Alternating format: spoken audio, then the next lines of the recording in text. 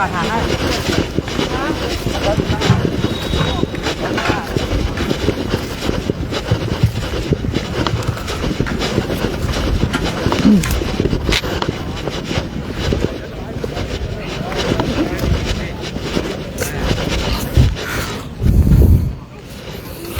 เทค1 2 3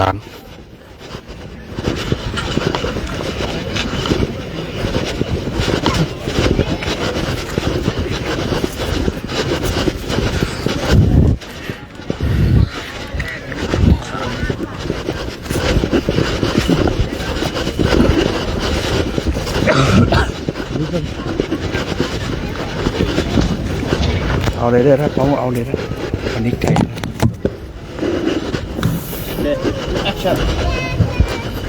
ท่านจงมาดูโลกหนีอันตรการตาดุจราสรบทีพวกคนเขามกอยู่แต่ผู้หูหาของอยู่ใหม่นมัตถุรัตนตยัสสะขอความนอบน้อมแด่คุณพระศรีรัตนตรัยกราบถวายความเคารพพระเดชพระคุณหลวงพ่อพระครูธีรธรรมปราโมทย์กราบถวายความเคารพพ่อแม่ครูบาอาจารย์ทุกรูป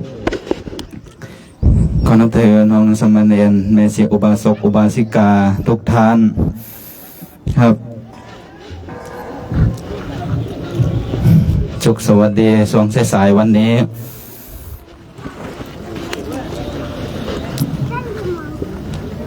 วันที่13 เดือน 2 2026วันนี้เป็นวันที่2ที่เราจะจาริกไปคงจะพร้อมกันส่วนมากแล้วเนาะเดี๋ยวเราพร้อมแล้วเราจะทำวัดสวดมนต์กันเดี๋ยวถ้าพร้อมกันเดี๋ยวนั่งคุกเข่าขึ้นประนมมือกันเดี๋ยวจะกราบพระรัตนตรัยกันเมื่อดังพร้อมกันแล้วกราบครั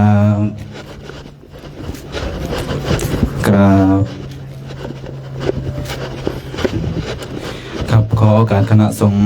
เป็นต้นเสียงนำธรรมวัดก่อนออกเดินจาริกในวันนี้โยโสภะคะวาอะระหังสัมมาสัมพุทโธสวากขาโตเยนะภะคะวะตาธัมโมสุปฏิปันโนยัสสะภะคะวะโตสาวกสังโฆธัมมยังภะคะวันตังสะธัมมังสะสังฆังอิเมหิสการเรหิยะธาระหังอารปิเตหิอภิปูสยามะสาธุโนภันเตภะคะวาสุจิราปริเนพุโตเปปัสสิมาสนตานุกรรมปมานาสาอิเมสการะทุขตะปนาการะภูเตปฏิคันหาตุอัมหากังทีกรตังหิตายะสุขายะน้ำไปกินสวากขาโตภะคะวะตาธัมโมธัมมังนะมัสสามิสุปฏิปันโนภะคะวะโตสาวกสังโฆสังฆังนะมามิหันธัมมยังพุทธัสสะภะคะวะโตปุปภาคณมการังกโรมะเสนะโมตัสสะภะคะวะโตอะระหะโตสัมมาสัมพุทธัสสะนะโมตัสสะภะคะวะโตอะระหะโตสัมมาสัมพุทธัสสะนะโมตัสสะภะคะวะโตอะระหะโตสัมมาสัมพุทธัสสะหันธรรมยังพุทธานุสติธัมมานุสติสังฆานุสตินะยังกโรมะเสเอติปิโสภะคะวาอะระหังสัมมาสัมพุทโธ เวสาจารณะสัมปันโนสุขโตโลกวิทูอนุตตรวปุริสธรรมสารทิสัทธาเทวมนุษย์สานังวกสังโฆโอสุปฏิปันภวโตสาวกสังโฆยายาปฏิปันภะคะวะโตสาวกสังโฆสามีจิปฏิปันโนภะคะวะโตสาวกสังโฆทางจัตตาริปุริสายุคานิอัตถปุริสปุคคลาเอสะภะคะวะโตวากะสังโฆอาหุเนยโยปาหุเนยโยทาคิเนยหันสเลกรดินโยอนุตตรังปุญญเขตังโลกัจฉาติเมตตายะภิกขเวเจโตเวมุตติยาอาเสปิปัสสติมโนสานังปิโยโหติอมโนสานังปิโยโหติเทวตารักขันตินัสสะอากิวาสังวาสัทธังวากรรมติตัวตังเจนตังสัมมาทิยติมุขวันเวปัสสิทติอาสัมมุรลโหการังกโรติอุตาริงปฏิเวสันโตปรมโลโกปะโคโหติเมตตายาภิกเจโตเวมุตติยาอาเสวิตายาภาวิตายาภาหุลิกตายานิกตายาวัตถุกตายาอนุทิตายาปริจิตายโสสุมารัฐายาอิเมเอกาทัสสานิสังสาปติกังคติอิธรรมโวจะภะคะวะอัตตมนาเตภิกขุภะคะวะโตภาสิตังอภินันทุนเตมหาการุณิโกนันโทหิตายาสาภปานางปุเรนตวาปารเมียสัพพาปโตสัมโพธิมุตตมังเอเตนะสัตวัสเสนะโหนตุเตสยมังคลังสยันโตโพธิยามวงสากายานังนันทิวันตโนเอวังตวังวิสโย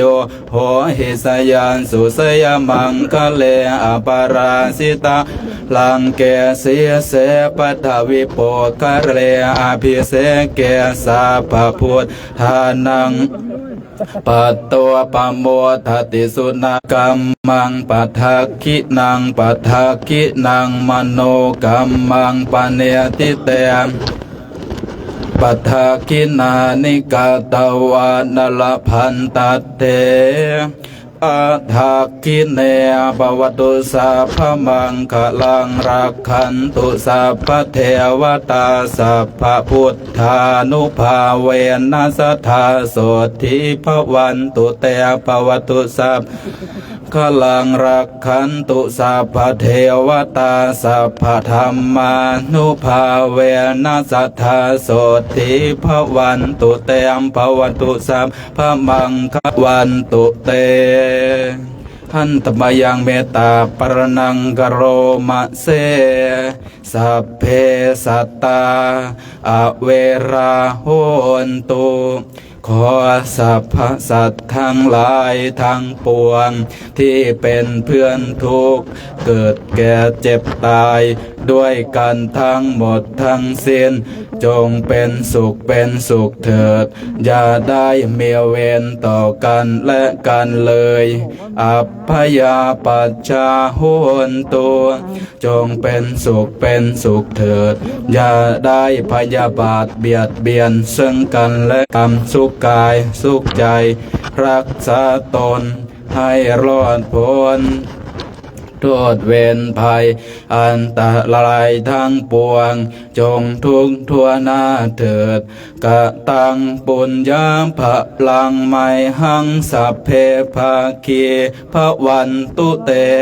ขอสัพพสัตว์ทั้งหลายทั้งปวงเหล่านั้น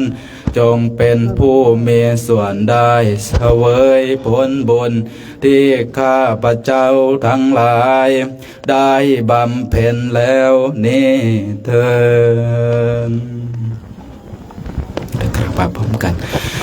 อรหังสัมมาสัมพุทโธภะคะวาพุทธังภะคะวันตังอภิวาเทมิสวากขาโตภะคะวะตาธัมโมธัมมังนามัสสามิสุปฏิปันโนภะคะวะโตสาวกสังโฆสังฆังนามามิมาตาปิตุกรุณังอหังวันทามิครูอุปัชฌาย์อาจาริยากรุณังอหังวันทามิน้อมจิตน้อมใจกราบคุณครูบาอาจารย์อีก3 ครั้งพร้อมกันแล้วกราบกราบกราบครับนิมนต์ครับเอาสัมภาระขึ้นเดี๋ยวตั้งเดี๋ยวนี้เดี๋ยวรอครูบาอาจารย์เดี๋ยวฟังโอวาทธรรมจากพ่อแม่ครูบาอาจารย์แล้วจะริกเตือนกันครับ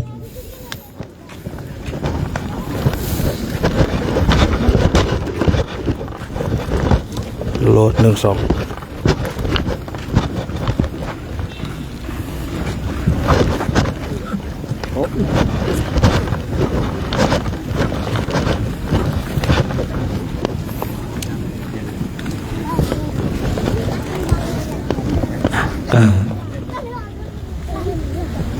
เอาสัมภาระบริขารนะของเราขึ้นได้เนาะจะได้ออกจาริกต่อเนาะรุดนะจากวัดไทยนาทาไปแล้วนี่ก็อันนี้หายากแล้วนะหาจะไม่เจอแล้วนะในช่วงนี้อยู่ในอาณาเขตของวัดไทยอยู่เนาะเมื่ออยู่ในช่วงที่มีวัดนะเราก็แวะพักวัดกันนะเท่าที่จะทำได้เนาะเท่าที่จะได้พักได้ตามโอกาสที่อำนวยเนาะวันนี้เองเมื่อเช้าที่เราร่วมกันชักชวนกันนะถวายตุตุปัจจัยนะเพื่อเป็นส่วนหนึ่งของการนะซื้อที่ดินนะในวัดป่าดงคัสรินะอันนี้ผมจำตัวเลขได้ไม่แน่นอนเนาะแต่ว่าเงินบาทนี่ประมาณ4,000นะเงินรูปีนี่ประมาณ40,000 กว่านะเราได้มาร่วมกันเรานี่เป็นผู้ที่แสวงเนาะแสวงทั้งบุญนะแสวงทั้งเส้นทางการหลุดพ้นคือเราเอาทุกอย่างนะครับนะเก็บเกี่ยวกอบโกยในสิ่งที่เป็นกุศลนะวันหนึ่งเราถึงจุดที่บุญกุศลทั้งหลายจะได้นำพาเราเข้าสู่อริยมรรคอริยผลนะครับผมในช่วงนี้ก็เราคณะของเราเนี่ยครับผมไปตรงไหนเราก็จะทำบุญชักชวนกันนะชักชวนกันทำตามกำลังเอาแถวเข้ามานะครับเอามาใกล้ๆกันชิดกันนิดนึงนะครับผมจุดศูนย์กลางอยู่ตรงไหนน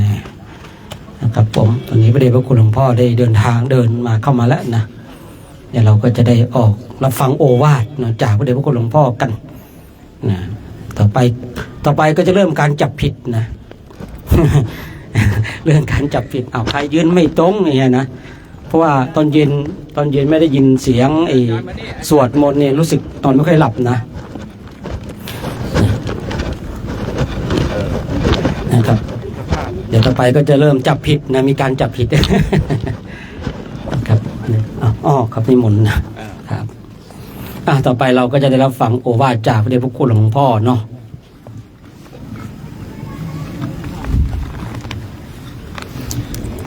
สวัสดีอันนี้ตอนเช้าอยู่เนาะไม่กี่โมงเองเนาะวันนี้เราก็จะได้ออกจาริกของเราต่อแล้วว่าวันนี้พิเศษอีกวันหนึ่งเราจะได้ร่วมกันสร้างวัดสร้างวา ซื้อที่ดินขยายที่ดินให้กับวัดป่ากันเนาะเพื่อที่จะได้เราท่านทั้งหลายไปที่ไหนทุกที่เรายังเวียนว่ายตายเกิดอยู่ในวัฏฏะสงสารยังไม่ถึงนิพพานเราจะได้มีที่อยู่เขามั่งเนาะบางคนไม่มีที่อยู่นะไม่มีที่อยู่กันแต่ให้ท่านอาจารย์ได้เป็นองค์แทนให้กับเรานะเป็นเหมือนสะพานบุญสะพานบุญช่วยจัดการเป็นธุระในการทำให้มีที่พักพิงของผู้คนก็ดีหรือว่าให้เราได้มีโอกาสได้บำเพ็ญที่ดินเนาะทุกคนทุกรูปทุกองค์หรือว่าญาติโยมที่มาได้มีส่วนร่วมในบุญกันนะเดี๋ยวผมก็จะได้นำถวายท่านไม่ต้องกล่าวนำนะสมัยครั้งพุทธกาลไม่เห็นมีท่านอนาถบิณฑิกะเศรษฐีกล่าวนำเลยเนาะมีแต่พระพุทธเจ้าบอกอานิสงส์อย่างเช่นว่าจำไม่ผิดนะชื่อนาราชคหะเศรษฐีที่ถวายกุฏิครั้งแรกท่านก็บอกพระพุทธเจ้าแสดงอานิสงส์อันนี้จะได้ถวายนะถวายท่านอาจารย์ได้เป็นตัวแทนเราด้วยนะตัวแทนเราเหมือนสะพานบุญอาศัยท่านในการที่เราได้มีโอกาสสร้างพื้นที่พูดได้ง่ายนะสร้างที่ดินเนี่ยก็ต้องอาศัยท่านนะอันนี้ก็มันมีอยู่ในนี้แล้วก็ที่พระท่านประกาศไปแล้วก็ผมก็เติมไปอีก 5,000 เราเอาก็ถวายท่านอาจารย์นะเอาสาธุ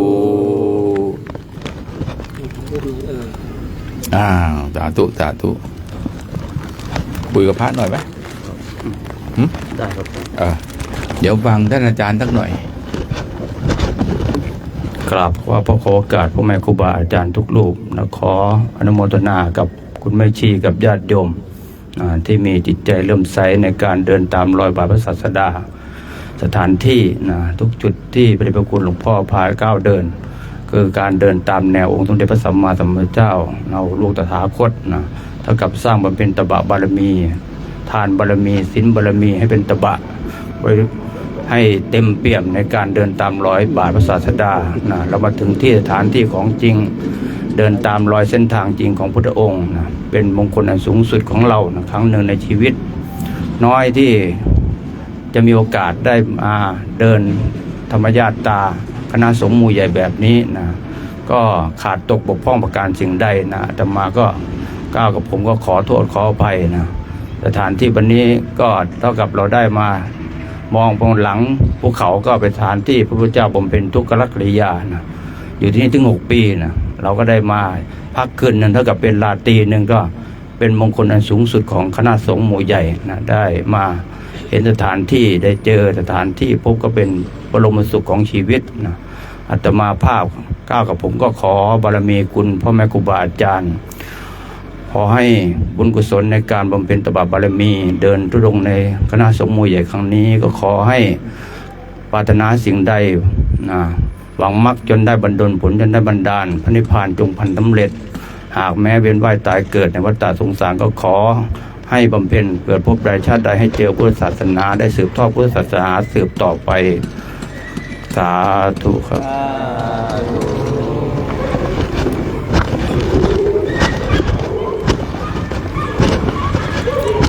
ก็ขอบคุณท่านอาจารย์ที่ช่วยอำนวยความสะดวกให้กับคณะของเราด้วยเนาะเอาแล้วเดี๋ยวเราจะได้เริ่มออกจาริกของเราการจาริกของเราพระคุณเจ้าเตือนสติกันทุกๆวันว่าก้าวทุกก้าวมีพระพุทธเจ้าอยู่ในใจก้าวทุกก้าวมีพระพุทธเจ้าอยู่ในใจเดิ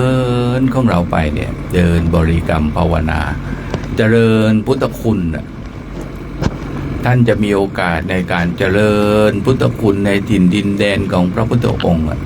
ถ้าเราเจริญพุทธคุณในบ้านของเราในประเทศของเราเนี่ยมันนึกไม่ค่อยออก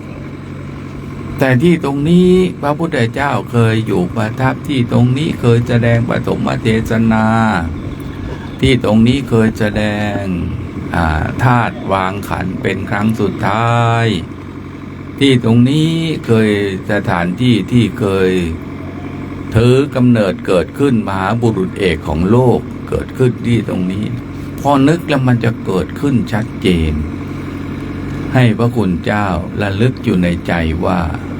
ก้าวทุกก้าวมีพระพุทธเจ้าอยู่ในใจทำให้ใจของเราที่เกิดความปีติเกิดความเบิกบานเกิดความปราโมทย์นะ ก็ขอถวายให้พระคุณเจ้าทุกรูปทุกองค์ทุกท่านมีความเจริญในธรรมกันทุกรูปทุกองค์ทุกท่านด้วยเถิดในถุงโซดาเทวอครับโซดาเทวอครับเดี๋ยว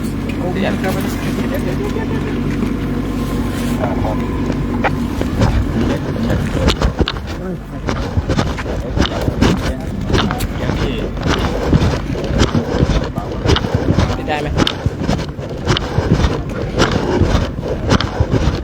เดี๋ยวมาก็จะถุงย่ำเล็กอ่ะ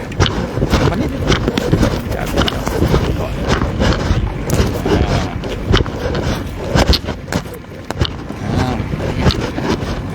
ิดข้างบนมานิมนต์ครับ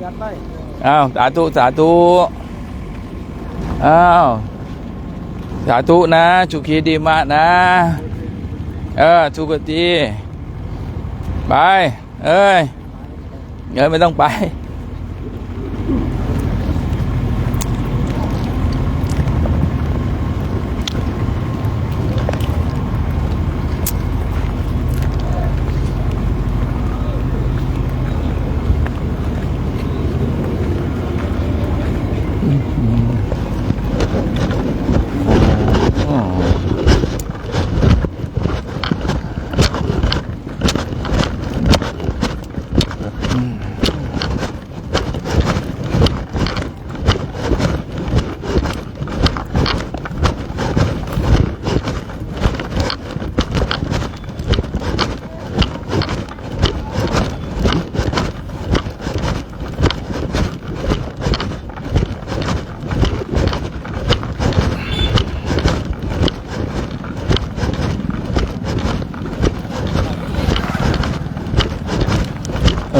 ญาติโยมเมื่อวานที่ดูไลฟ์สด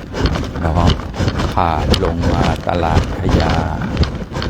เห็นรถลาพระขอเดินผู้คนมาจับใจสิ่งของก็ว่ากันไปรถ3 ล้อรถมอเตอร์ไซค์รถจักรยานเกะขะกันไปพระก็เดินแหวกกันไปแหวกไปคนละทิศคนละทางเนาะไปกันคนละทิศคนละทาง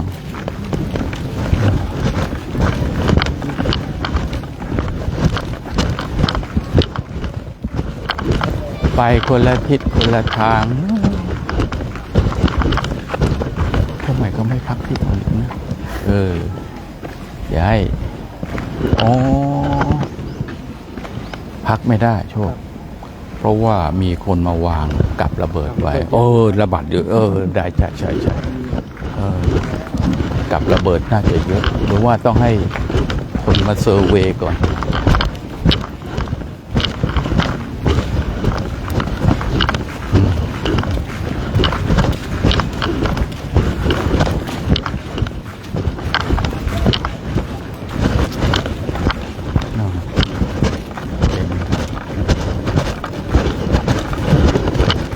ข้างแถบนี้มันจะเป็นในส่วนของไอ้นั่นในส่วนของ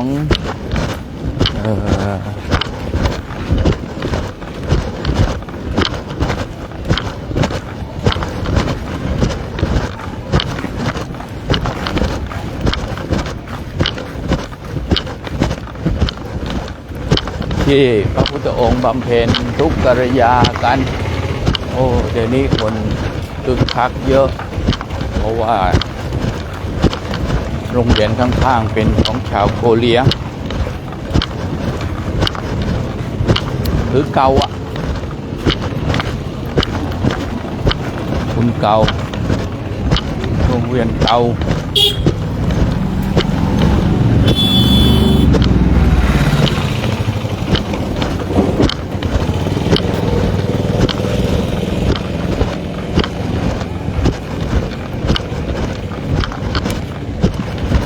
ทางนี้เขาไม่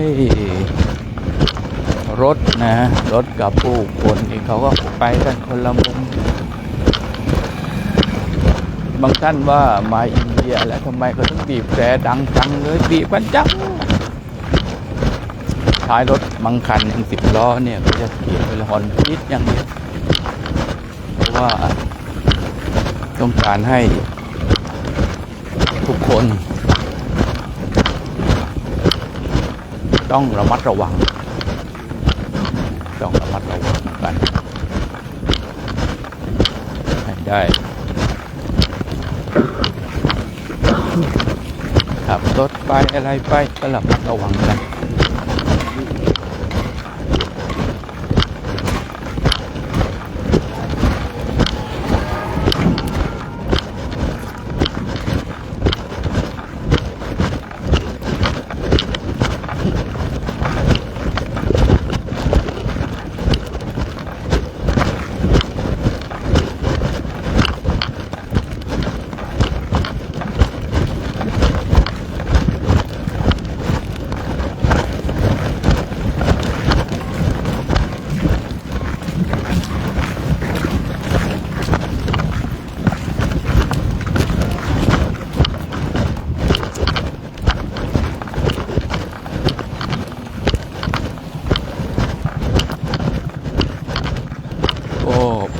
ผู้คนเขาก็อยู่กันไปรถก็เดินไปอยู่ที่นี่เฉพาะในอินเดียนี่อยู่กันได้ทุกศาสนานะสัมภาษณ์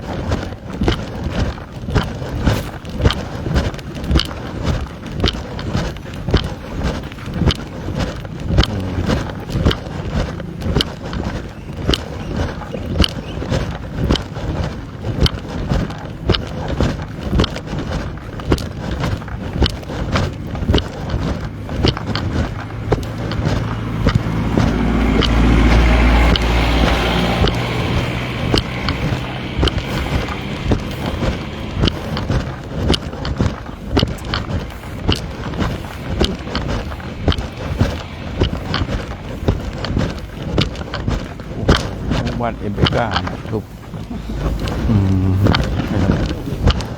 เอเบก้าทีนี้ก็ประกาศคนพุทธ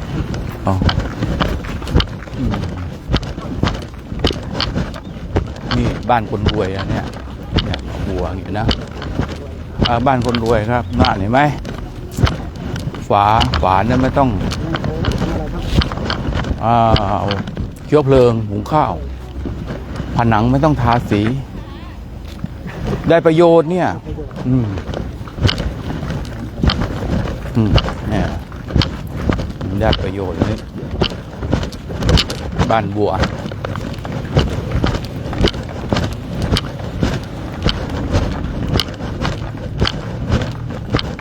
เนี่ยมาลงสมุนไพรดีสุดของเขาเนี่ยทุกบ้านถ้ามีนะ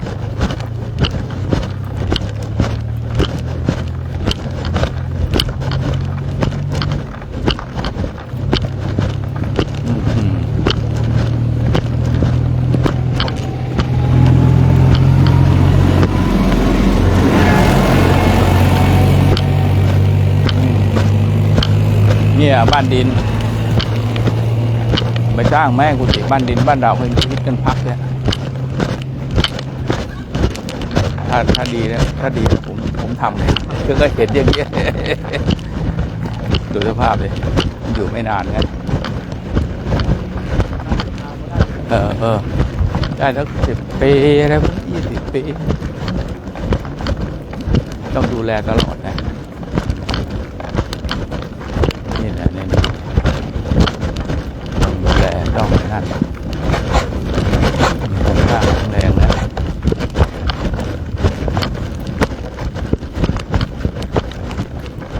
นี่เราอยู่หนึ่งมิติหนึ่งตา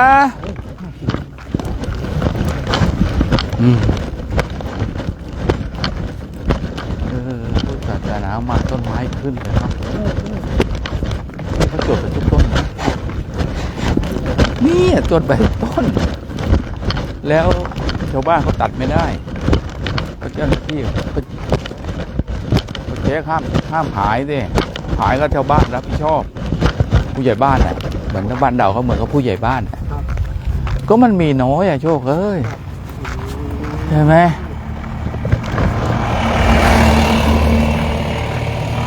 มันมีกันทุกต้นนะเนี่ย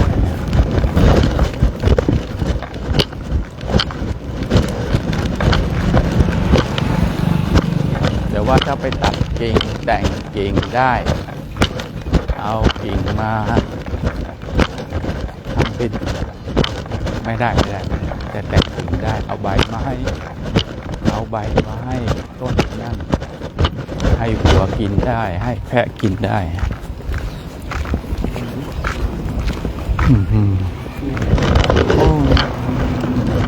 ต้องมาตันพุทรานี่โอ้โหเนาะมันกระดอกเห็ดเลยเด็กถูกใจเนาะ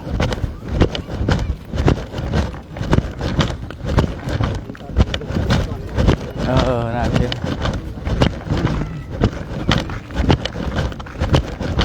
เคยเป็นเด็กว่างั้นเถอะเนาะ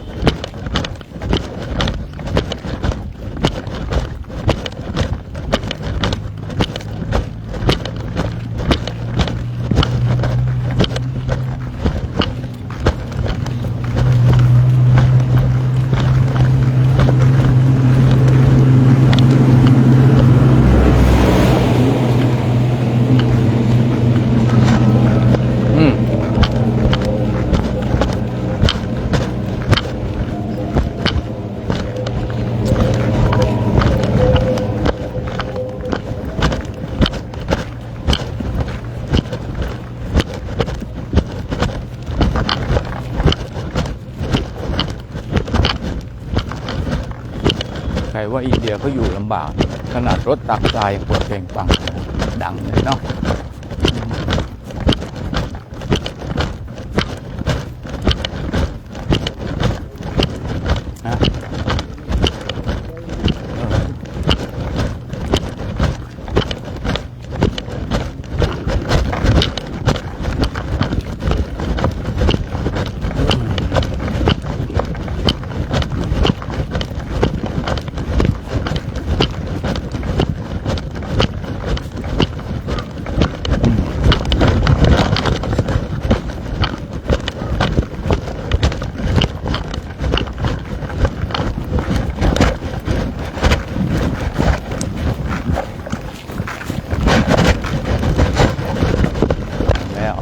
พูดถึงเรื่องพุทธา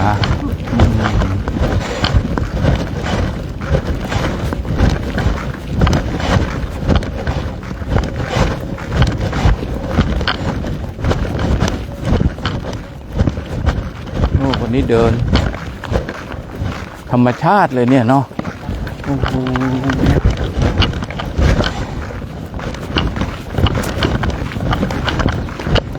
โอ้ยทำน้ำตาลเมากันเมื่อไหร่เนี่ย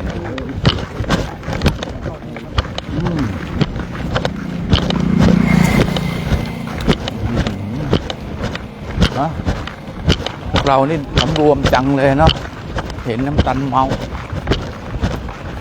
น้ำตาล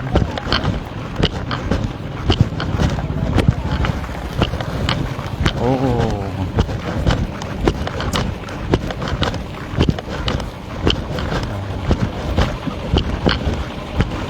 เนี่ยที่ก็ดึงกิ่งไม้บางอย่างที่เขาเอามาเลี้ยงวัว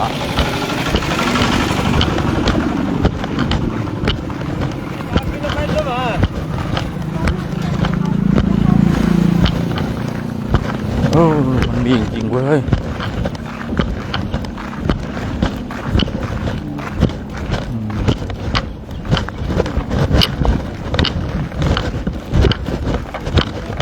ไม้ธรรมชาติฮะนะมาต้อนรับพระคุณเจ้าสิโน่นไอ้พระคุณเจ้าแถบซ้ายมือนิลกายถ่ายไปถ่ายสัตว์หายากสัตว์สงวนพิเศษ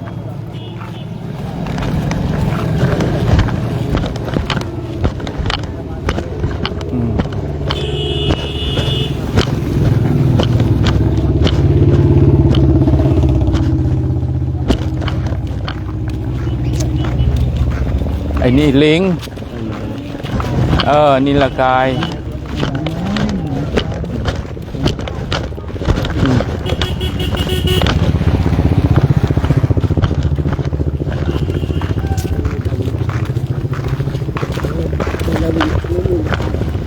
นี่ละลิง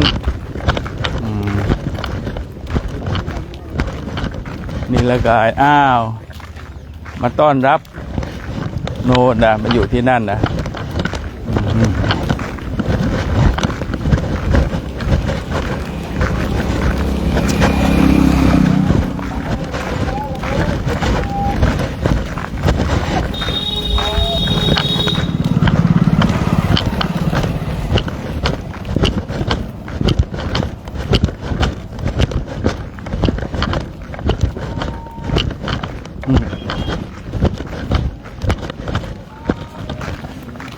โอ้โห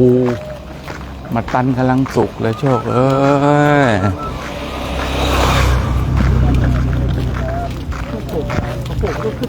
ขึ้นเองธรรมชาติ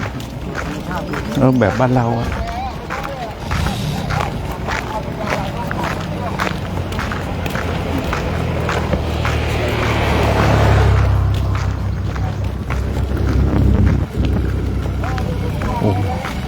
โอ้โหนี่ต้นหลายตังเลยหลายปีไม่ใช่เนาะโอ้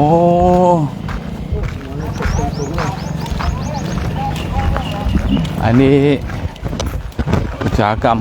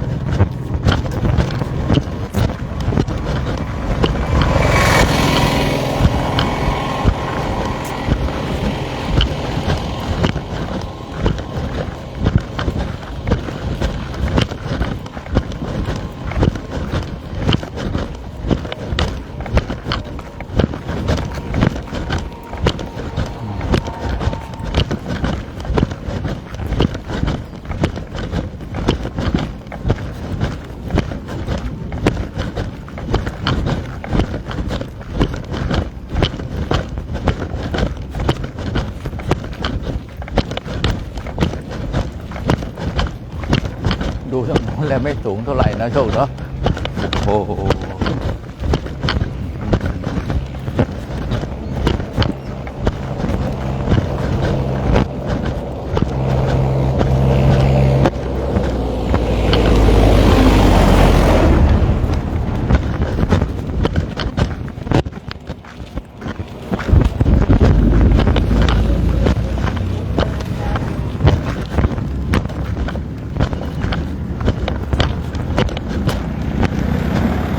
ที่ปล่องควันเนี่ยนะมีตำนานเล่าขานไทยเราเนี่ยนะมาอินเดียสมัยก่อนข้อมูลมันไม่เยอะนะแล้วเขาก็บอกว่าเนี่ยเสาพระเจ้าโศกมันไปเจอที่ล้างเข้าไปเจอ ดินวนกัน ใจเป็นเสาพระเจ้าโศกได้ไหมโชคไม่ได้เนาะเขาใช้ถ่านหินเผาวะเนี่ยไม่ใช่แกบโอ้นานอยู่นะเดี๋ยวว่ามันออกทีก็โอ้โหเยอะอ่ะโอ้โหนั่นน่ะลายสิครับ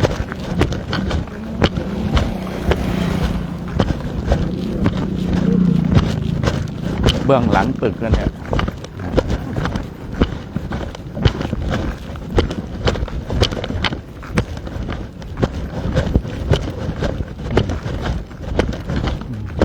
นี่ไง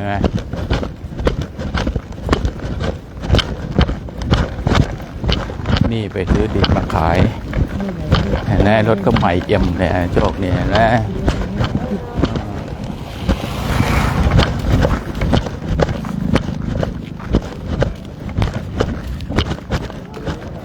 มีรถไถคันหนึ่งแล้วก็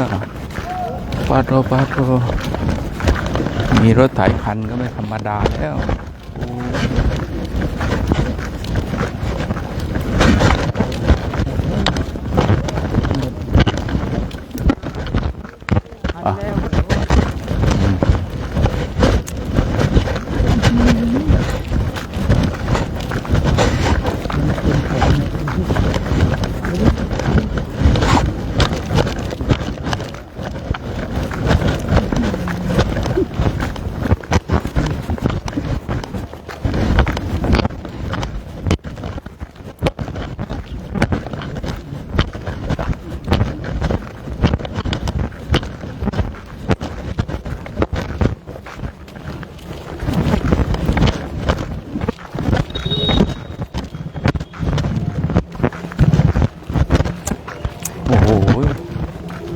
ความชำนาญเนาะความชำนาญของแม่บ้านนี่รวยสิเนี่ย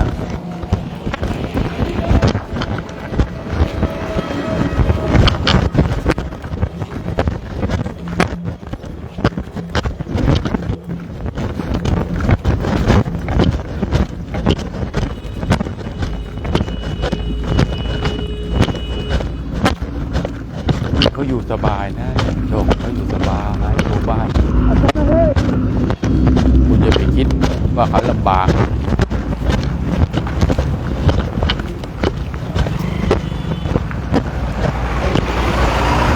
ฮะ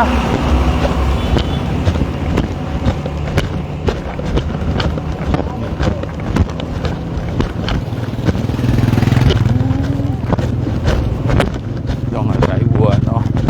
ได้พลังงาน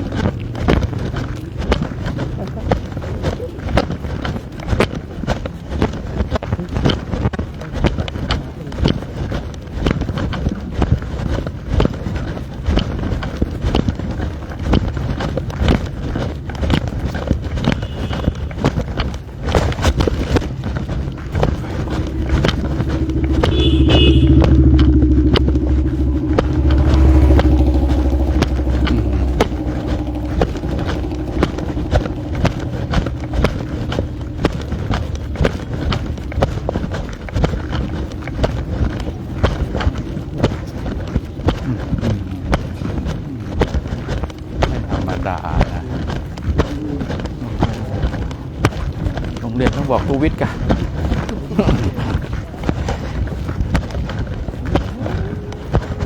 นสีสวยงาม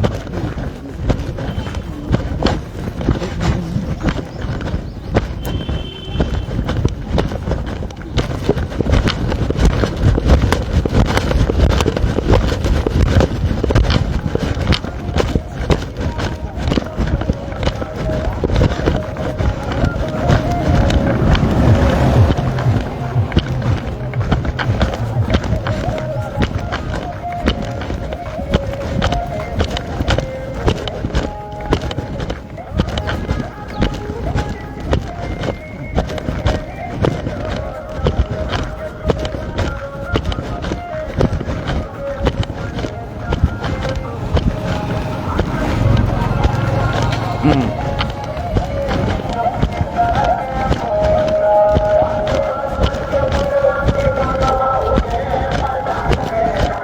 อืม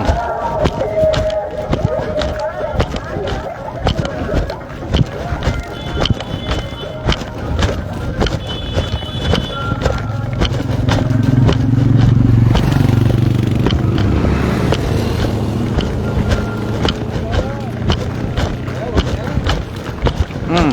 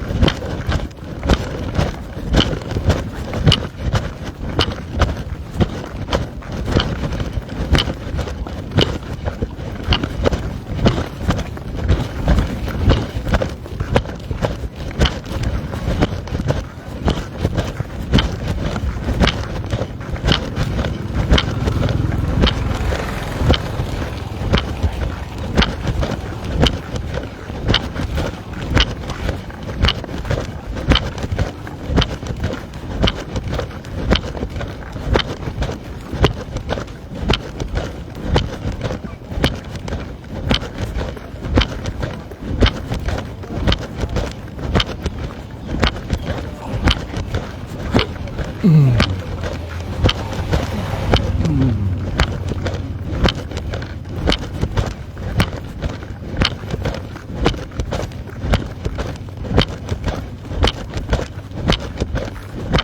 โอ้โห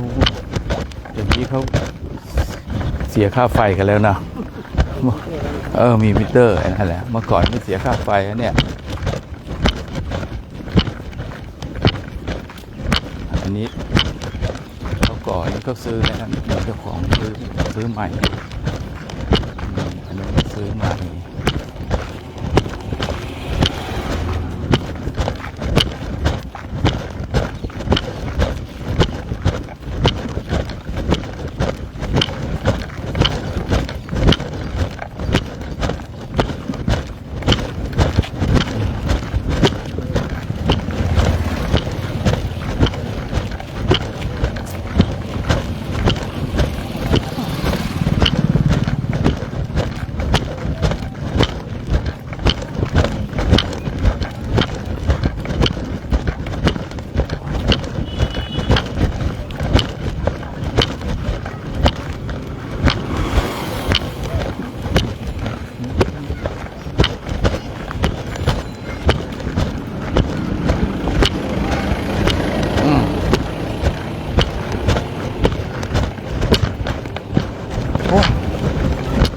น้ำมาคอยแล้ววะ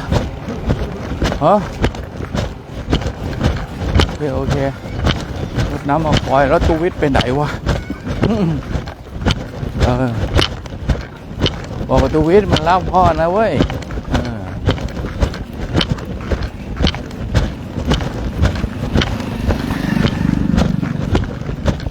เอาคุยกับไอ้นั่นก่อนโทรเรียกชีวิตก่อน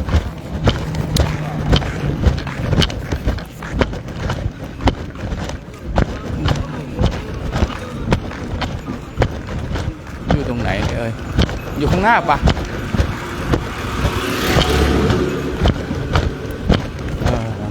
โอ้ยโชควันนี้จะได้เจอสระน้ำใหญ่ๆเนาะ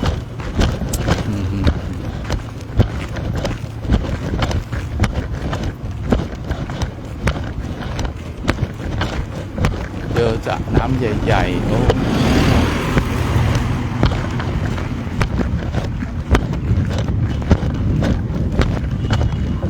ทำพิธีบางทีเขาจะได้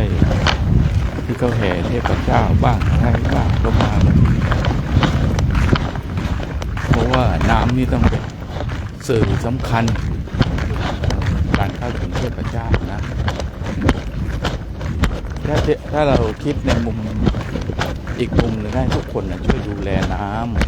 ำตัวเองจะได้เอาไปกินได้กินไว้ใช้ไม่เอาสิ่งสกปรกลงไปผู้ช่วย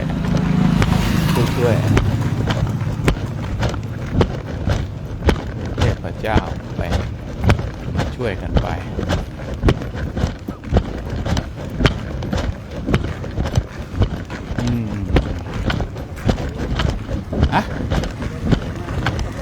ข้างหน้านี้นะ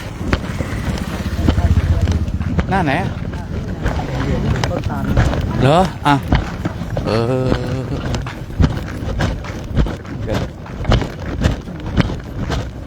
วันนี้ผมก็เดินหลายกิโลทีนี่ไอ้นั่นรอยเทพเจ้าเขามาของฝากแล้วก็เป็นดินอันนี้ที่โรงเรียน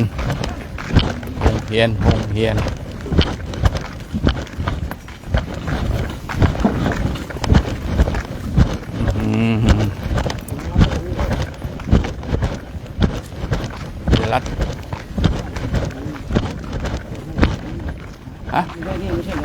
แวะไหนอาจารย์คงจะตรงนี้นะแวะเข้าไปนี้ยังไม่พักครับผมครับงั้นเอาไม้ไปเลยไปครับเพราะว่าเขาคงจะอยู่มาทางนี้ครับครับ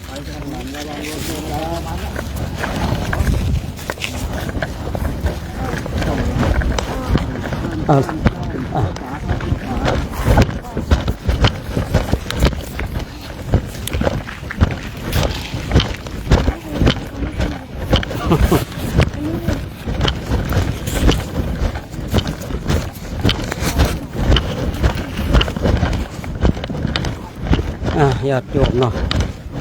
ตอนนี้เราก็แวะเข้ามาออกเส้นทางไม่ใช่นอกเส้นทางนะเนาะในเส้นทางนั่นแหละแต่ว่าก็เป็นอีกเส้นทางนึงอันนี้เป็นเส้นทางธรรมชาตินะวัวเป็นนักเลงนะที่นี่นะซาเขาไม่ได้นะวัวนั่นวัวนั่นดินควายนะผ่านมาเมื่อสักครู่นี้นิลกายนะนิลกายนี่เป็นสัตว์สงวนเป็นสัตว์เทพเจ้าของเขานะโอ้ยสมัยก่อนนี่ถ้าใครได้เห็นนิลกายเนี่ยนะโชคดีสมัยก่อนเนาะเลยเป็นสัตว์สงวนเป็นสัตว์ที่มีลักษณะของสัตว์หลายชนิดมารวมกันเขาเลยเรียกว่านิลกายเขาก็จะปล่อยไปมันก็จะแค่พันไปออกลูกออกหลานช่วงหลังจะเยอะเนี่ยวันนี้เจอแต่แรกเลยนะทุกปีเราโอ้โหกว่าจะได้เห็นกว่าจะได้เจอนี่ครับแล้วก็ไปถึงนู่นบางเทียนที่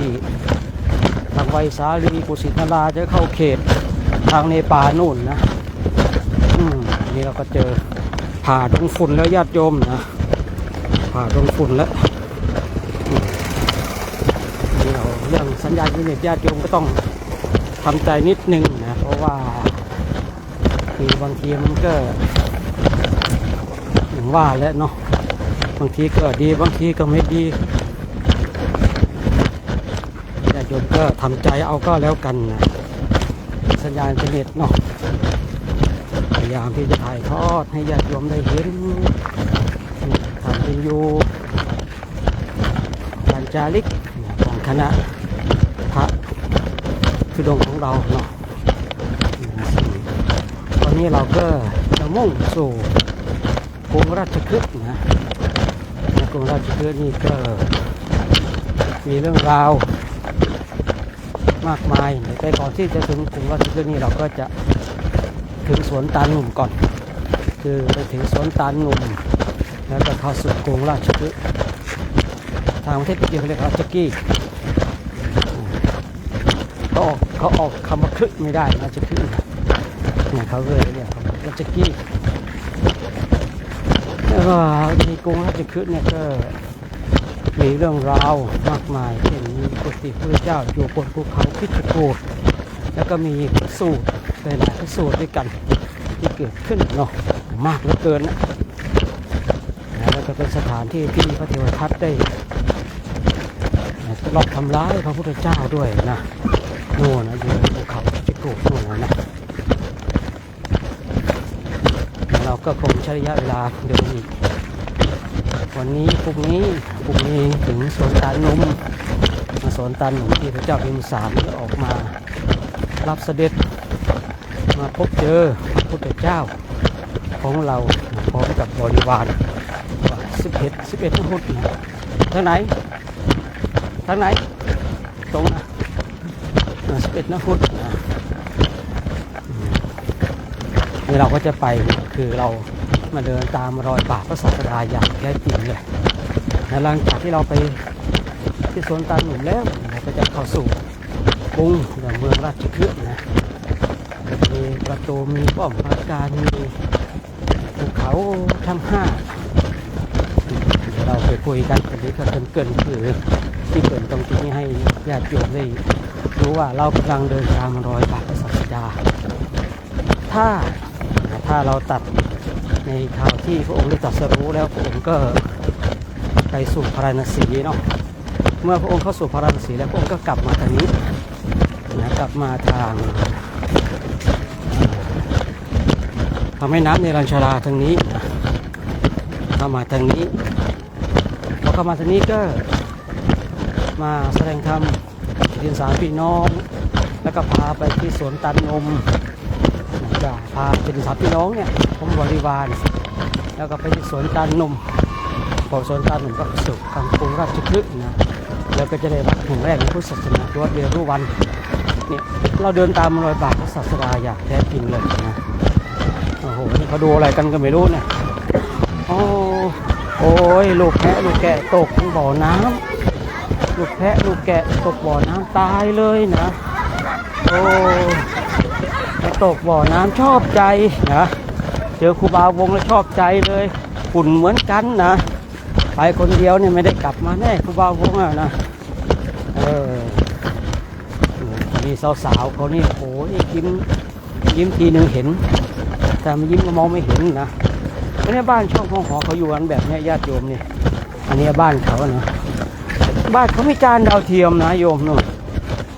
มีจานดาวเทียมนะเห็นบ้านหลังๆเล็กแบบนี้อยู่กัน10-20 คนเนี่ยนะนี่อันนี้แค่ครึ่งครอบครัวนะไปป้าโบบายป้าโบไม่ใส่เกงกับเจ้าอ่ะทีนี้เขาก็ต้องให้อยู่แบบธรรมชาติก่อนนะกลมกลืนกับธรรมชาติต้องสร้างภูมิคุ้มกันถ้าไม่มีภูมิคุ้มกันนี่อยู่ไม่ได้หรอกนะเด็กทั้งบ้านเราอะเนาะอะไรนิดอะไรหน่อยก็ไม่ได้นะทางบ้านเขาเนี่ยปล่อยให้วิ่งไปเลยไปแล้วเด็กเขาก็เอาตัวรอดได้ตัวน้อยๆดินี่ไม่ใหญ่เนี่ยแปลงฟันนี่เพิ่งตื่นเนี่ยไม้สีฟันแล้วใหญ่ไม้สีฟันตอนนี้พอใหญ่กำลังนั่งจะกินหมากนะจะเคี้ยวหมากแล้วสบายเขาไม่ได้ทำอะไรมากมายนี่เขายังไม่ทำงานกันเลยนะญาติโยมนะตอนนี้ที่นี่ก็11 โมงแล้วหัวก็มานอนอีกที่นี่ก็จะ11 โมงแล้วนะแต่ว่าบางคนก็เพิ่งตื่น บางคนเพิ่งตื่นนะบางคนก็นะกำลังจะตื่นบางคนก็เพิ่งแปรงฟันกันอยู่เลยนะไม่ใช่เขาเป็นคนขี้เกียจนะแต่ว่าเขาทำงานแค่นิดเดียวนะเขาพักน้อยนี่แม่ใหญ่โอ้โหมาปีแล้วยังไม่มีลูกปีนี้มีลูกแล้วจำได้อย่างไรอ๋อจำได้สินะมีตา มีหู มีฟันเหมือนกันจำได้เลยนะนี่ราขาวสุดเลยนี่นะนี่มองเห็นในกล้องในญาติโยมนะนี่คืออย่างนี้เขาก็จะปลูกบ้านช่องห้องหอกันอยู่กันแบบนี้หลังแค่นี้อย่างที่พูดบอกนะอยู่กันเป็น10-20นู่นนะไม่ได้อยู่คน2 คนมาบ้านเรานะบ้านเราเนี่ยหลังเบลเลอร์เลยนะอยู่กัน2 คนอยู่กัน3 คนแต่ที่ในหลังที่เราเห็นเนี่ยบางทีอยู่กัน10บางทีอยู่กัน20นะมีความเป็นอยู่ของเขาเนาะนี่คนเริ่มตื่นแล้วเนี่ย10 โมง 11 โมงนี่คนเริ่มตื่นแล้วคนเริ่มตื่นเด็กเริ่มตื่นออกมาแล้วโน่โดยตัวน้อยเนี่ยโดยตัวน้อยเนี่ยนี่เขาปล่อยเล่นอย่างนี้ญาติโยมสร้างภูมิคุ้มกันนะนั่งคุกขี้คุกเกี้ยวอยู่นะนั่งร้องไห้เรียกร้องความสนใจให้แม่มารับให้พ่อออกมาดูสนใจนะร้องก็ร้องไปนะเนี่ยบายบายบายบายบายบายบายบายบายนี่อันนี้นี่แบบนี้ก็จะรวยนิดนึงนะนี่ไม่ใหญ่นี่คือเราอยู่กันแบบเห็นแล้วนะคือผู้พูดเองถ้าเราศึกษาพุทธศาสนานะการมาอยู่ของเขาในยุคปัจจุบันกับครั้งพุทธกาลนี่ดูแล้วจะไม่แตกต่างกันสักเท่าไหร่นะไม่แตกต่างนะสักเท่าไหร่แต่ถ้าแบบคือผู้หญิงและคนรวยจริงๆเขาไม่ออกมาแบบนี้นะเขาจะอยู่นู้นเนี่ยอยู่ชั้นบนนู้นนะบางปีเราเดินไปเนี่ยแอบดูมีการแอบดูด้วยนะมันเหมือนกับในสมัยครั้งพุทธกาลเหมือนกันนะถ้าคนรวยจริงๆเลยนะรวยคือระดับมหาเศรษฐีอ่ะแต่ถ้าว่าคนรวยปกติทั่วไปพอมีเงินมีทองนี่เขาก็ใช้ชีวิตปกติแต่ถ้าคนเป็นระดับมหาเศรษฐีนี่บางทีเขาก็ไม่ได้ลงมาพบปะเจอผู้คนเหมือนกันนะเขาก็จะดูทางหน้าต่างประมาณนั้นนะมีโยมไทย12แล้วนะไทย12แล้วนะของเรานี่ก็11 โมงอันนี้เพิ่งตื่นกันนะที่เขาออกมายืนกันเนี้ยออกมารับแดดรับลมก่อนญาติโยมนี่เขาเพิ่งตื่นโอ้โหนี่ยิ้มจะฟันขาวเจาะเลยอันนี้เขาคือเพิ่งตื่นมาตื่นแล้วเขาจะมานั่งรับแดดรับลมสบายๆแล้วก็มีไม้สีฟันแถบถ้าออกมาแถบนอกทางเนี้ยก็จะใช้ยังใช้ไม้สีฟันอยู่แต่ท่านในเขตเมืองนี่ใช้แปรงสีฟันละถ้าใช้ไม้สีฟันนี่นะแสดงว่าเขาก็เพิ่งที่จะตื่นขึ้นมาตื่นขึ้นมาจะประมาณนี้นะจะประมาณนี้เด็กคนนี้คงไม่ได้ไปเรียนกันญาติโยมคงไม่ได้ไปเรียนกันก็ให้ญาติโยมได้เห็นอีกบรรยากาศหนึ่งเนาะของคณะพระสุสงฆ์เห็นอีกบรรยากาศหนึ่งญาติโยมก็จะได้โอ้โห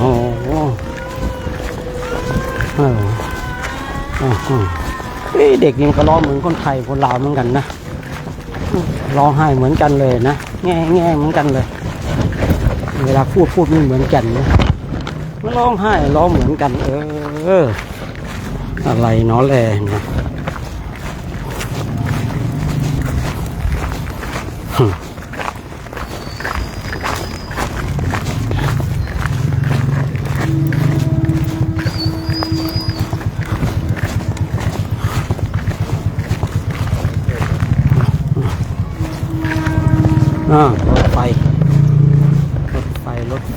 รถไฟอยู่ข้างหน้านะนี่แล้วก็โอ้โหนี่ลำจะล่ะญาติโยมนี่โรงเรียนนะญาติโยมเนี่ยที่เห็นเมื่อกี้เนี่ยตรงนี้โรงเรียนนะโรงเรียนของเขาไม่มีพัดลมนะไม่มีแอร์ไม่มีไฟเนี่ยของเราไปได้หรือเปล่าไม่รู้เนี่ยนะไปไม่ได้ก็ต้องได้แล้วตอนนี้นะนี่โรงเรียนที่ผ่านมาเมื่อกี้เนี่ยโรงเรียนไม่มีพัดลมไม่มีแอร์ไม่มีคอมพิวเตอร์ไม่มีโน้ตบุ๊กนะแต่ที่โรงเรียนของเขานี่ก็ไม่ธรรมดานะตัวเฉลี่ยออกมาแล้วเนี่ยเกรดก็ติดท็อปเหมือนกันนะญาติโยมก็นี่เราก็เดินชมบรรยากาศธรรมชาติเดินไปเดินมาเนี่ยธรรมชาติลงโทษหรือเปล่าไม่รู้เนี่ยนะเดินหลงทางนะทีนะปีแล้วเราไม่ได้มาทางนี้นะคือในแต่ละปีเนี่ยไม่รู้ไปทางนู้นไปทางนี้จับเส้นนั้นจับเส้นนี้จับไปจับมาจับจนหลงจับจนหลงเลยญาติโยมนี่เราก็เดินไปนิดนึง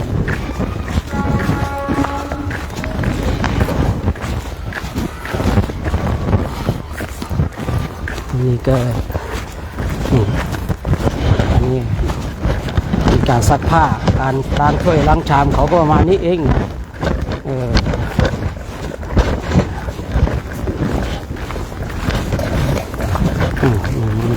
มีซักผ้ากันน้ำกินน้ำซักผ้าน้ำใช้อย่างเงี้ยนี่สบายนี่พ่อใหญ่นี่สบายแล้วเนี่ยจะพูดจนบอกว่าเขาจริงๆเขามีชีวิตที่มีความสุขนะมีความสุขไอเราเห็นไอเขาทำไมเขาลำบากจังอะสงสารเขาบางทีเราก็มีความคิดอย่างนั้นแต่ที่ไหนได้ชีวิตของเขามีความสุขญาติโยมชีวิตของเขามีความสุขนะแต่เราเนี่ยทุกข์กับเขาเขามีความสุขแต่เราเห็นเนี่ยทุกข์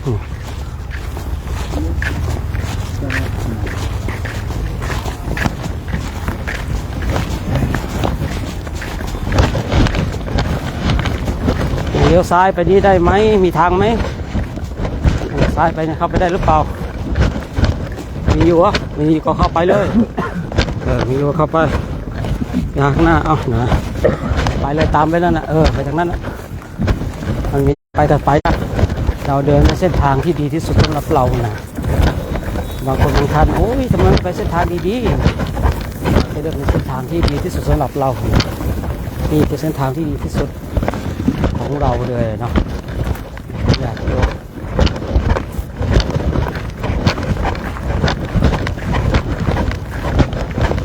ครับนี่ก็นี่ตัดออกนี่ไงนี่ตัดนี่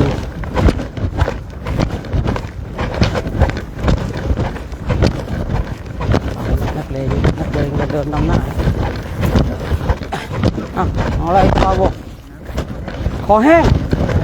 พูดก็ไม่พูดคุยก็ไม่คุยเดินอย่างเดียวคอแห้งผมทั้งพูดทั้งเดินทั้งคุยยังคอไม่แห้งเลยนะนี่เราเดินตายแล้วจะกี่วันวะ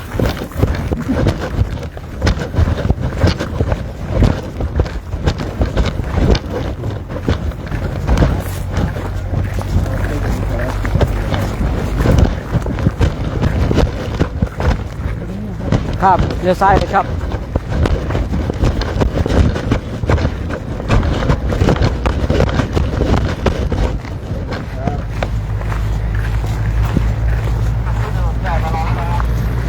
ครับเขาขึ้นถนนใหญ่มารอแล้ววัง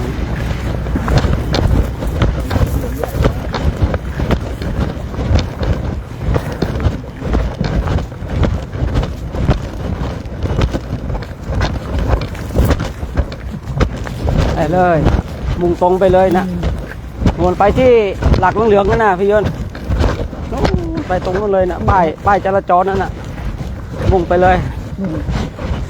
มุ่งตรงไปเลยไม่ต้องตรงไปเลยนั่นนะจับเส้นตึงไปเลยตรงไปเลยนะโอ้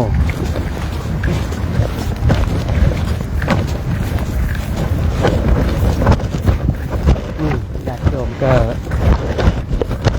บรรยากาศเนาะปรับไปตามสถานการณ์นะไปตามสถานการณ์ของเราตอนนี้ก็รับกลางทุ่งแล้วนะรับกลางทุ่งเราไปเรื่อยๆเดินไปเรื่อยๆก้าวไปข้างหน้าเพื่อสู่เส้นชัยของเราเดี๋ยวเด็กพวกคนว่าก้าวทุกก้าวอยู่พระเจ้าอยู่ในใจเนี่ยเนาะก้าวไปเดินไปมุ่งไปภาคเพียรภาวนาไปจนกว่าจะถึงจุดหมายปลายทางของเราวันนี้เองเราก็จะว่าพักวัดไทยพระภาวนาเป็นวัดไทยที่สร้างขึ้นมาใหม่ปีที่แล้วเราก็ไปพักอยู่นะแล้วเราก็ไปพักอยู่ทีนี้เราก็ไปพักอีกไปพักอีก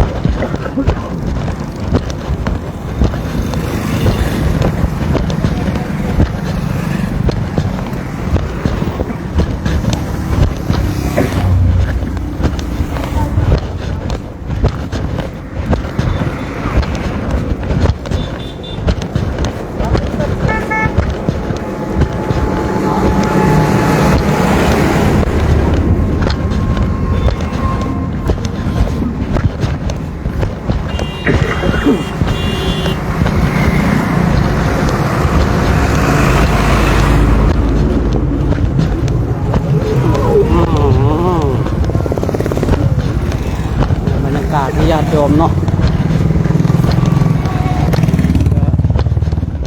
ต้องดูรถด้วยนะตั้งอยู่ด้วยความไม่ประมาทญาติโยมเดินมาส่งตอนเช้าเนี่ยเนาะถึงสายนะตอนเย็นก็พอจะถึงที่พักประมาณสัก2 กิโลนะสำหรับภาพก็จะไล่อีกทีนึงนะให้ญาติโยมได้ร่วมอนุโมทนาบุญกันในช่วงเป็นไปถึงเนาะฉะนั้นเดี๋ยวช่วงนี้เดี๋ยวดูหนทางก่อนเป็นยังไงต้องเช็คให้ดี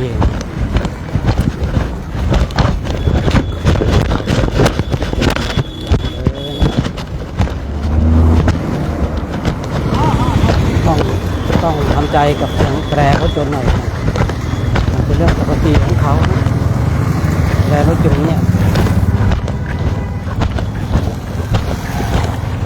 บ้านเราแต่รถยนต์เนี่ยมีครับบีบไม่ได้เนาะมันบีบแล้วมันก็แหน่ด่ากันที่นี่เนี่ยไม่บีบไม่ได้นะต้องบีบอย่างเดียว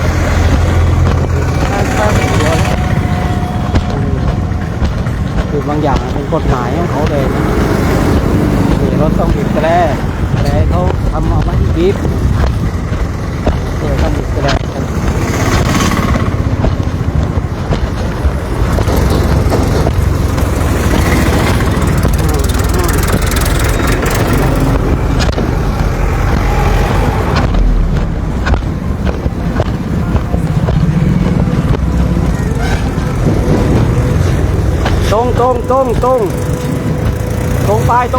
ตรง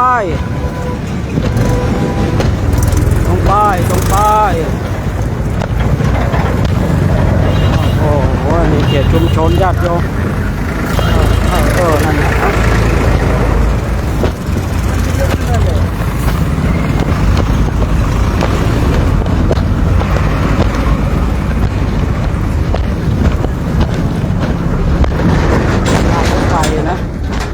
นี่เรามาถึงทางรถไฟแล้ว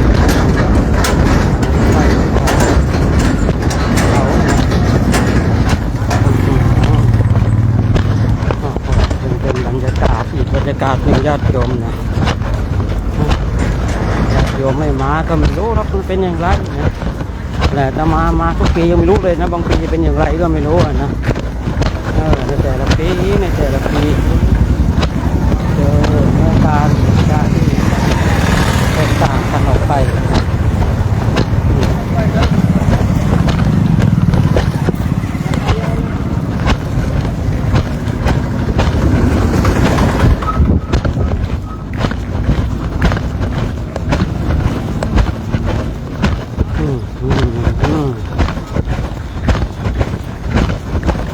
เรา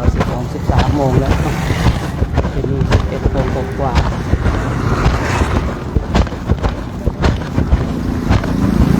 แล้วก็ทีนี้คือการสั่งแทนกล้องไปก็เป็นคือพื้นที่บ้านเมืองของเขาก็จะประมาณนี้แหละญาติโยม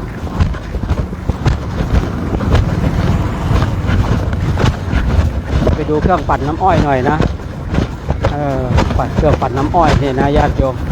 ไหนพรีเซนต์เครื่องปั่นน้ำอ้อยหน่อยดูเดี๋ยวนี่น้ำอ้อยเนี่ยมันเป็นที่โอเคเลยนะนี่ญาติโยมนะนี่เขาทำน้ำอ้อยแบบนี้เลยนะนี่เครื่องยังใหม่มากเลยนะโอ้โหสุดยอดเลย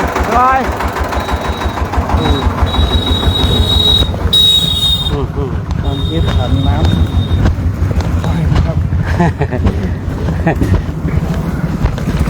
ที่เราผ่านน้ำอ้อยมาเนาะเอาละเนาะญาติโยมก่อนรัดปีนี้รัดตรงตาเนาะเอาละวันนี้ก็เอาแค่นี้ก่อนเด้อญาติโยมเด้อเดี๋ยวพระเราก็เดินไปดูข้างหลังแล้วก็จะได้ปิดไลฟ์สดเนาะโชคดีมีชัยทุกคนทุกท่านตอนเย็นก็มาร่วมโมทนาบุญด้วยกันเด้อไปพาเขาไปดูสัก10 นาทีก็ปิดนะไปดูข้างหลังแล้วก็คุยกัน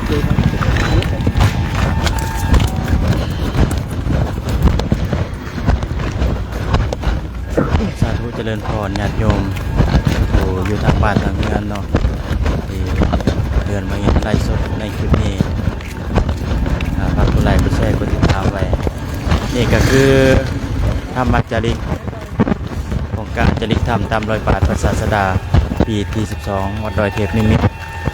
อำเภอแม่จันทร์จังหวัดเชียงรายเนาะตอนนี้ทางคณะจาริกธุดงค์ก็ได้มาเดินอยู่ประเทศอินเดียนี่จะให้ญาติโยมเบิ่งภาพบรรยากาศเนาะโดยรวมแล้วก็สิประมาณนี้เนาะอินเดียเนาะญาติโยมเนาะญาติโยมมาเรียนมาเห็นคลิปนี้ก็กดสาธุคอมเมนต์กดไลค์กดแชร์คอมเมนต์กดสาธุอินสาธุเข้ามาได้เนาะนี่ก็คือเมสซี่เนาะ เอาวิ่งแล้วเมสซี่แล้ว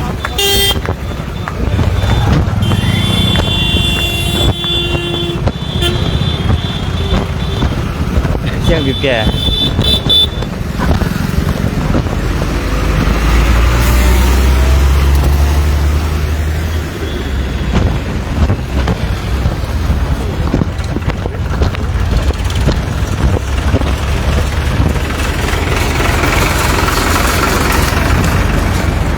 าติโยมเนี่ยเพิ่นถามบรรยากาศโดยรวมเนาะก็สิประมาณนี้เนาะญาติโยม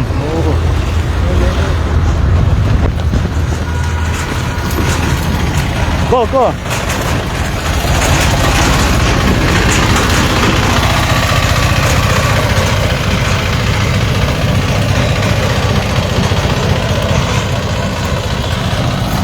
ว่าตัวครบแล้ว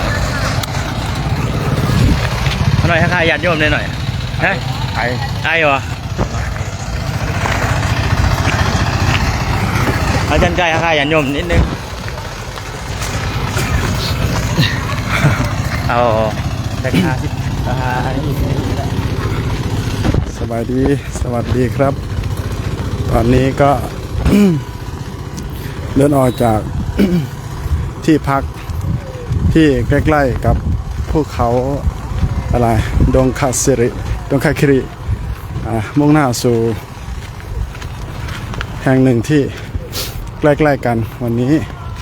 เดินวันนี้ก็10 กว่ากิโลบรรยากาศที่อินเดียก็จะแตกต่างจากที่ไทยเพราะว่าที่ไทยก็เหนือก็จะหนาวภาคกลางก็ร้อนแต่ว่าที่อินเดียก็แบบว่าบรรยากาศมันเอาแน่เอานอนไม่ได้ตอนเช้าก็เย็นมากหนาวมากตอนเที่ยงร้อนอย่างนี้เป็นการสัมผัสบรรยากาศที่ท้าทายสมควรต้องดูแลสุขภาพให้ดีซึ่งการเดินวันนี้เป็นวันที่second day เป็นวันที่2ของการจาริกที่ประเทศอินเดีย ซึ่งคณะสงฆ์เราก็วันแรก เดินชิวๆนะวันที่2 3 4เดินชิวๆไม่มีใครมากมายผู้คนและก็สถานที่ที่อินเดียก็จะแตกต่างฝุ่นโดยเฉพาะฝุ่นมันจะเยอะ ฝุ่นเยอะมากซึ่งทำให้เราเป็นไข้อะไรเป็นหวัดต่างๆนานาซึ่งเราก็พยายามที่จะดูแลสุขภาพของเราเองการเดินครั้งนี้ถ้าไม่เดินเพื่อเขาเรียกว่าอะไรเดินตามรอยบาทพระศาสดาคงจะไม่มีใครที่จะมาเดินเพราะว่าเราเดินเพื่อตามรอยบาทพระศาสดาก็เลยทำให้เรามีกำลังใจในการที่จะเดินเพื่อตนเองจะเดินเพื่อหมู่คณะเดินเพื่อการพาเราเดินซึ่งเป็นกำลังใจที่ดีท่านเป็นตัวอย่างที่ดีให้เรานั้นฝึกตัวเองฝึกตนจนกว่าจะดีนั่นแหละฝึกให้ดีฝึกให้เก่งฝึกให้ทนฝึกให้รู้อะไรล่ะรู้ความลำบากเป็นยังไงรู้ความทุกข์เป็นยังไงเมื่อเรารู้เราจะทำให้เราเข้มแข็งเวลาที่เราไปเจอกับความทุกข์เราก็มีความอดทนสูงขึ้นอะไรอย่างนี้การเดินขั้นเป็นครั้งแรกของอาตมาเพราะว่าทำให้ท้าทายบางครั้งก็รู้บางครั้งก็ไม่รู้สิ่งที่รู้ก็โอเคสิ่งที่ไม่รู้ก็ ถามเพื่อนอะไรอย่างนี้ซึ่งการเดิน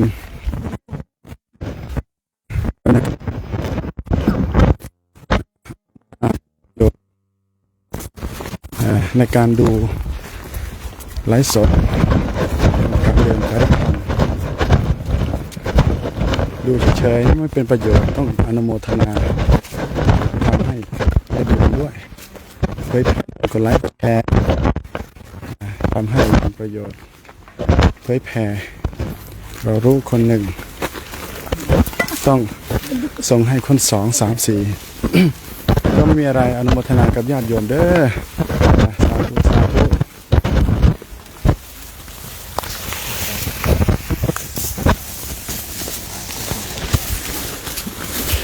สาธุเมื่อกี้ก็ได้ฟังโอวาทจากพระอาจารย์เพิ่นมาแต่สปปลาวเนาะ นี่ก็บรรยากาศเด้อญาติโยมใช้เพื่อบรรยากาศอีกน้อยเนาะก็ค่อนไล่สดไปอย่างสั่ง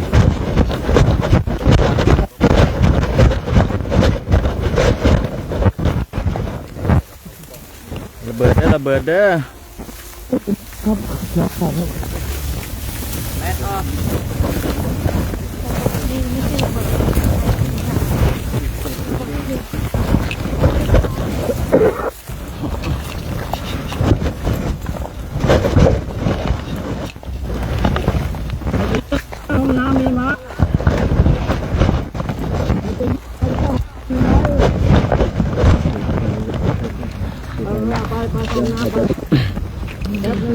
สาธุเจริญพรญาติโยมเนาะ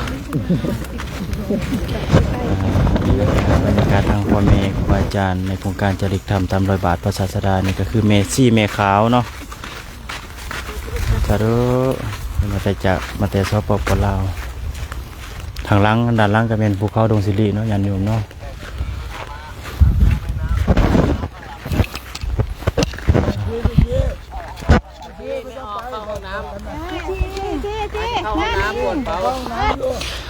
เจริญพรญาติโยมเนาะการสิริขออนุญาตปิดไลฟ์สดไว้เพียงสำนีสากรเนาะญาติโยมที่มาเบิ่งไลฟ์สด